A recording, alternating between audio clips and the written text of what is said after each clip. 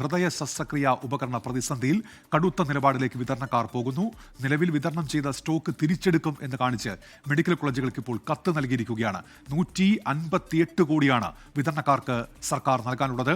മനീഷ് മഹിബാലാണ് തിരുവനന്തപുരത്ത് നിന്ന് ഇപ്പോൾ വിവരങ്ങൾ വായിച്ചിരുന്നത്. മനീഷ്, ഇത് ഇന്ന് നൽകിയ കത്താണോ മനീഷ്? ഉന്മേഷ്, അതെ, ഇന്ന് നൽകിയ കത്താണ്. അതായത് വലിയ പ്രതിസന്ധി നിലവിൽ തിരുവനന്തപുരം മെഡിക്കൽ കോളേജ് അടക്കമുള്ള സർക്കാർ ആശുപത്രിയിൽ തുടരുകയാണ്. വലിയ കുടിശ്ശിക, ഏകദേശം 158 കോടി രൂപയുടെ കുടിശ്ശിക നിലവിൽ ഈ സർക്കാർ മെഡിക്കൽ കോളേജിൽ അല്ലെങ്കിൽ സർക്കാർ ആരോഗ്യ മേഖലയിലെ സ്ഥാപനങ്ങളിൽ നൽകാനുണ്ട് എന്നാണ് കരാറുകാർ പറയുന്നത്. ഇതിനിടയിൽ അടിയന്തര യോഗങ്ങൾ സർക്കാർ പ്രതിനിധികളുമായി ബന്ധപ്പെട്ട് കരാറുകാർ നടത്തി വരികയായിരുന്നു. ഈ സമയത്താണ് നിലവിൽ കൊടുത്ത സ്റ്റോക്ക്, അതായത് ഈ 1-ാം തീയതി മുതൽ പല ഉപകരണങ്ങളും കൊടുക്കുന്നത് നിർത്തിവെച്ചിരുന്നു. തിരുവനന്തപുരം മെഡിക്കൽ കോളേജിലെ യൂറോളജി വിഭാഗത്തിൽ ഈ മൂത്രാശയത്തിലെ കല്ലടക്കമുള്ള ശസ്ത്രക്രിയകൾ നടത്തുന്ന നടപടികൾ മുടങ്ങിയിരുന്നു. ഇതിനിടെയാണ് വിവാദമായ ഈ കാർഡിയോളജി വകുപ്പ് മേധാവി തിരുവനന്തപുരം മെഡിക്കൽ കോളേജിലെ സൂപ്രണ്ടിന് അടുത്ത ദിവസം തന്നെ ഇതുമായി ബന്ധപ്പെട്ട ഹൃദയ ശസ്ത്രക്രിയകളടക്കം മുടങ്ങുമെന്ന് കാണിച്ചുകൊണ്ടുള്ള കത്ത് കൈമാറിയത്. അതിന് പിന്നാലെ യൂറോളജി വകുപ്പിലെ പ്രധാനപ്പെട്ട പല ശസ്ത്രക്രിയകൾ നിന്നുപോയ ഘട്ടത്തിലായിരുന്നു സർക്കാർ ഇതുമായി ബന്ധപ്പെട്ട ആരോഗ്യ മേഖലയിലെ ഇതുമായി ബന്ധപ്പെട്ട ഉദ്യോഗസ്ഥർ ഈ കരാർ കമ്പനികളുമായി സംസാരിക്കുകയും ഇതിനൊരു നീക്കുപോക്ക്, ഈ കുടിശ്ശികയും ബന്ധപ്പെട്ട കാര്യങ്ങളിൽ ഒരു ധാരണയിലേക്ക് എത്തുവാൻ വേണ്ടി തീരുമാനിച്ചത്. പക്ഷേ അത്തരം ചർച്ചകൾ യാതൊരു വിധത്തിലും പ്രയോജനം കണ്ടില്ല, ഫലം കണ്ടില്ല എന്നതിൻ്റെ തെളിവാണ് ഈ രീതിയിൽ നിലവിൽ കൊടുത്ത സ്റ്റോക്ക് അടക്കം തിരിച്ചെടുക്കുകയാണ്. ഈ രീതിയിൽ കുടിശ്ശികയുണ്ട് എന്ന തരത്തിൽ സംസ്ഥാനത്ത് 21 സർക്കാർ സ്ഥാപനങ്ങളിൽ നിന്നായി 158 കോടി രൂപ കുടിശ്ശിക ഉണ്ട് എന്നാണ് വിതരണ കമ്പനിക്കാർ നിലവിൽ പറയുന്നത്. ഇതിൽ തിരുവനന്തപുരം മെഡിക്കൽ കോളേജിന് മാത്രം 29 കോടി 56 ലക്ഷം രൂപയാണ് കുടിശ്ശികയുള്ളത്.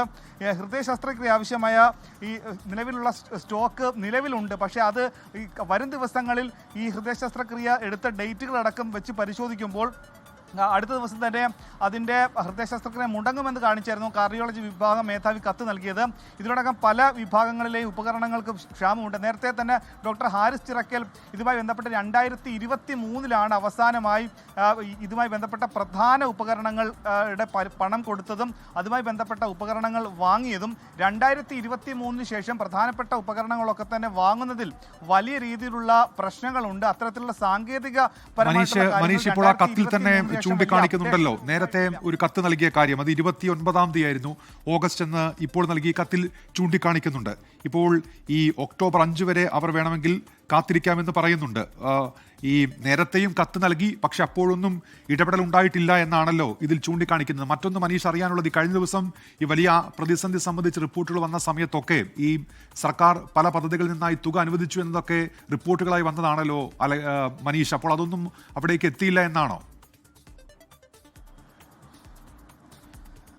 ഉന്മേഷ, പ്രധാനമായും ഇതിനു വേണ്ടി കാത്തിരിക്കാൻ തയ്യാറാണ്. അതായത് ഇതുമായി ബന്ധപ്പെട്ട കുടിശ്ശിക ഇനത്തിലൊക്കെ തന്നെ കാത്തിരിക്കാൻ തയ്യാറാണെന്ന് കരാറുകാർ അറിയിച്ചിരുന്നതടക്കമുള്ള വാർത്തകൾ പുറത്തു വന്നിരുന്നു. പക്ഷേ ഇപ്പോൾ ഇതുമായി ബന്ധപ്പെട്ട് 2023 ശേഷമുള്ള പല കാര്യങ്ങളിലും കുടിശ്ശികയുള്ളത് തന്നെ സർക്കാരുമായി ബന്ധപ്പെട്ട അത്തരം ചർച്ചകളിൽ പലതരത്തിലുമുള്ള അനിശ്ചിതത്വം തുടരുന്നു എന്നതിൻ്റെ തെളിവാണ് ഈ രീതിയിലുള്ള കത്ത് കൂടി കൈമാറിയിട്ടുള്ളത്.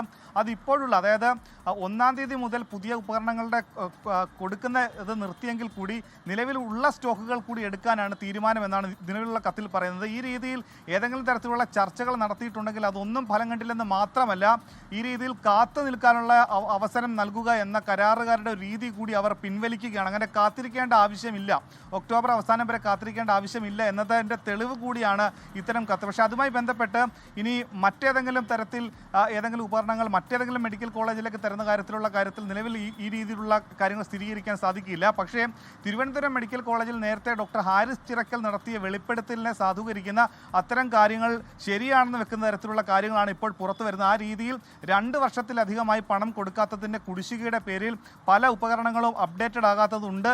അത് പല വിധത്തിലുള്ള ശസ്ത്രക്രിയയും ബാധിക്കുന്നു എന്നത് നേരത്തെ തന്നെ പുറത്തു വന്ന വാർത്തയാണ്. ഇപ്പോഴത്തെ കരാറുകാരുടെ നീക്കം അതുമായി ബന്ധപ്പെട്ട് കൂടുതൽ കാര്യങ്ങൾ വ്യക്തമാക്കേണ്ടതിന് ആരോഗ്യ വകുപ്പാണ്. ഈ രീതിയിൽ ഒരു അനുരഞ്ജനത്തിൻ്റെ പാതയിലൂടെ തന്നെ തിരുവനന്തപുരം മെഡിക്കൽ കോളേജ് അടക്കമുള്ള കോട്ടയം മെഡിക്കൽ കോളേജിൽ അടക്കമുള്ള ദൈനംദിന ഏതായാലും ഒരുപാട് ശസ്ത്രക്രിയകൾ നടക്കുന്ന പ്രധാനപ്പെട്ട മെഡിക്കൽ കോളേജിൽ ഒരു തരത്തിലുമുള്ള ശസ്ത്രക്രിയയെ മുടങ്ങുകയില്ല എന്ന് പറഞ്ഞിരുന്നു. പക്ഷേ ഇതിനോടകം തന്നെ യൂറോളജി വിഭാഗം ത്തിലെ പല ശസ്ത്രക്രിയ മുടങ്ങി എന്ന വാർത്തകൾ കൂടി വന്നിരുന്നു. പക്ഷേ കാർഡിയോളജി വിഭാഗത്തിലെ നിലവിൽ ശസ്ത്രക്രിയ മുടങ്ങിയിട്ടില്ല. അത് വരും ദിവസങ്ങളിൽ അത്തരത്തിലുള്ള പ്ലാനിങ്ങുകൾ അതുമായി ബന്ധപ്പെട്ട് നടത്തിയിട്ടുണ്ട് എന്ന് പറയുമ്പോഴാണ് ഈ രീതിയിൽ ഉപകരണങ്ങൾ തിരിച്ചെടുക്കാനുള്ള സ്റ്റോക്ക് തിരിച്ചെടുക്കാനുള്ള ഒരു നടപടിയുമായി കരാറുകാർ മുന്നോട്ട് വരുന്നത്. ഇനി ഏത് രീതിയിലായിരിക്കും മെഡിക്കൽ കോളേജുകളിൽ അടുത്ത ദിവസങ്ങളിൽ ഈ രീതിയിൽ ശസ്ത്രക്രിയ മുടങ്ങുമോ, അതല്ലെങ്കിൽ ബദൽ എന്തെങ്കിലും സംവിധാനം, ഈ ആശുപത്രി സംരക്ഷണ സമിതിയുടെ അവരാണ് ഈ രീതിയിലുള്ള പർച്ചേസ് കാര്യങ്ങളൊക്കെ തന്നെ ചെയ്യുന്നത്. അത് ഇനി അതല്ല വേറെ ഏതെങ്കിലും കരാറുകാരെ മേടിക്കുമ്പോൾ ഇതിനൊക്കെ തന്നെ കേന്ദ്രവുമായി ബന്ധപ്പെട്ട പല നിയമങ്ങൾ നിലനിൽക്കുന്നതുകൊണ്ട് തന്നെ ഏതെങ്കിലും ഒരു കമ്പനിയിൽ നിന്നും പർച്ചേസ് ചെയ്യുക എന്നതും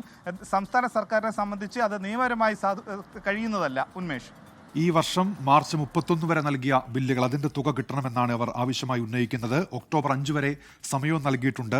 അതിനുശേഷവും തുക കിട്ടുന്നില്ല എങ്കിൽ സ്റ്റോക്കുകൾ തിരിച്ചെടുക്കും എന്നാണ് അവർ പറയുന്നത്. ഇത് പൊതുജനങ്ങളെ ബുദ്ധിമുട്ടിലാക്കാനുള്ളൊരു തീരുമാനമല്ല, മറിച്ച് തങ്ങളുടെ അതിജീവനത്തിന് വേണ്ടിയിട്ടുള്ള ഒരു തീരുമാനമാണ് എന്നുകൂടി ആ കത്തിൽ ഏറ്റവും ഒടുവിലായി സൂചിപ്പിക്കുകയും ചെയ്യുന്നുണ്ട്.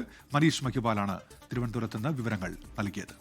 ലോകത്തെവിടെയായാലും ഏത് സമയത്തും 24 വാർത്തകളും ഓഗ്മെന്റഡ് റിയാലിറ്റി പാക്കേജുകളും എക്സ്പ്ലെയിനറുകളും വിശദമായി കാണാൻ ഞങ്ങളുടെ യൂട്യൂബ് ചാനൽ നിങ്ങൾക്ക് സബ്സ്ക്രൈബ് ചെയ്യാം.